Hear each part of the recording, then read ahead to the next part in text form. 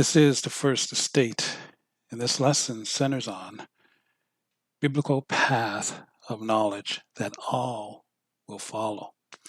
On your screen is an image of the Strong's Concordance. This book contains the definition of every word in the King James Bible, Old and New Testament. Within it, we have a printout from the Strong's Concordance, the Blue Letter Bible, and the word here is comfort. So, in the top left-hand corner of the screen, that's where you can keep track of the biblical verses I will be using throughout this lesson. And we're going to start with the book of Psalms, chapter 23, verses 1 through 4. A psalm of David. The Lord is my shepherd, I shall not want. He maketh me to lie down in green pastures. He leadeth me beside the still waters. He restoreth my soul. He leadeth me in the path of righteousness for his name's sake. Yea, though I walk through the valley of the shadow of death, I will fear no evil, for thou art with me. Thy rod and thy staff, they comfort me in this great path. Okay? So, thy rod and thy staff, they comfort me. So, moving along, brings us here. So, we have the word path right here. That's the key. Here is morsel, okay, which means bread. See, morsel, bread, pieces of bread. All right? Jesus took 12 pieces of bread, gave it to his disciples, said, take, eat, this is my body. All right? So, in the book of Genesis, chapter 18, verse 5, and it states, and I will fetch a morsel of bread and comfort ye your hearts. And I will stop there. All right? So, keep it flowing. Brings us here. Once again, the word is path. All right? As you can see, path, weight, same thing. All right? So, we're going to go to the next verse. And that'll be in the book of Isaiah, chapter 2, verse 3. And many people shall go and say, come ye, and let us go up to the mountain of the Lord, to the house of the God of Jacob, and he will teach us of his ways, and we will walk in his path. For out of Zion shall go forth the law and the word of the Lord from Jerusalem. Okay? So, as I stated, there's going to be one teaching, one path of righteousness. All right? Now, we're going to go to the key. And in the key, we're going to go over here to this word, O-R-A-C-H, Orak. Okay? So, moving along. So we have that word from Wiktionary. And the word is erase. Erase. Okay? Anglo-Norman. Erase. All right? So when we go from there, we'll go to this word erase. All right? And that brings us to ab as in abdominal muscles. Abdomen. So AB. Now, AB, we're going to go back to the Strong's Concordance, the Blue Letter Bible. Back to the key. AB. It means cloud. All right? So, in the book of 1 Samuel, okay, 1 Samuel chapter 28, verses 22. Now, therefore, I pray thee, hearken thou also unto the voice of thine handmaid, and let me set a morsel of bread before thee, and eat, that thou mayest have strength when thou goest on thy way. So this morsel actually is your strength. It gives you strength, okay? And we're going to go to the next verse in the book of Psalms, chapter 68, verse 34. Ascribe ye strength unto God. His excellency is over Israel, and his strength is in the clouds. Right.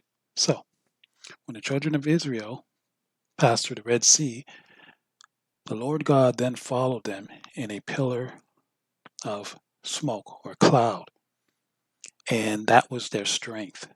So his strength is in the clouds, and that strength is morsel. Now, as you can see, the word once again is ab. Okay?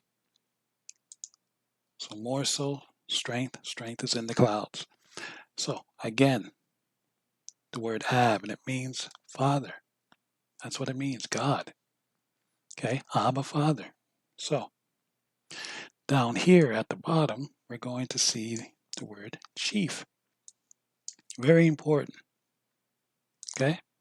Because here we're going to go to the firstborn, which also means chief or eldest. All right? So in the book of Psalms, I'm going to go back there, book of Psalms, chapter 89, verses 20, and then we're going to jump down to 27. So here we go. I have found David, my servant, with my holy oil have I anointed him. Verse 27. Also I will make him my firstborn, higher than the kings of the earth. So King David will rule this planet. He's going to be above all. He's going to be a God with a capital G because he is part of the Trinity. All right? So with that, we will move on. We're going to go to the word David, which means beloved. Okay? David means beloved. So we're going to go to the book of Revelations, and we're going to go to chapter 20, verses 5 through 9. But the rest of the dead live not again until the 1,000 years are finished. This is the first resurrection. Blessed and holy is he that hath part in the first resurrection. On such the second death hath no power. But they shall be priests of God and of Christ, and shall reign with him 1,000 years.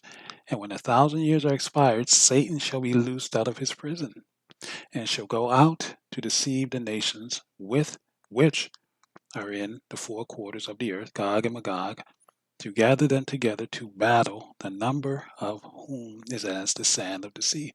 And they went up on the breadth of the earth, and compassed the camp of the saints about, and the beloved city, and fire came down from God out of heaven and devoured them. So we know who this beloved city is. It is the city of David, and David will be that king, that God that will sit there. All right? This kingdom, great city of David, is going to also be connected with the clouds.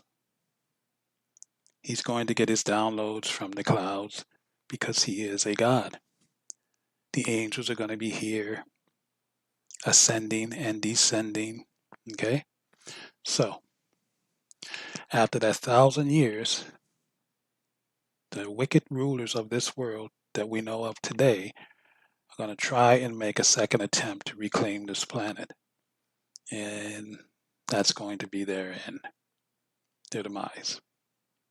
But there's going to be a 1,000-year reign, and 1,000 just means immensity, means forever. So the 1,000-year reign, that's going to be David, because Christ means anointed, and David was anointed with the holy oil. So he is that Christ that the Bible is speaking of. He is the firstborn. He is the eldest. He is the chief. Okay? So, anyway, this has been the First Estate with another quick lesson, and I hope it's been edifying, I'm sure. And I will see you in the next one.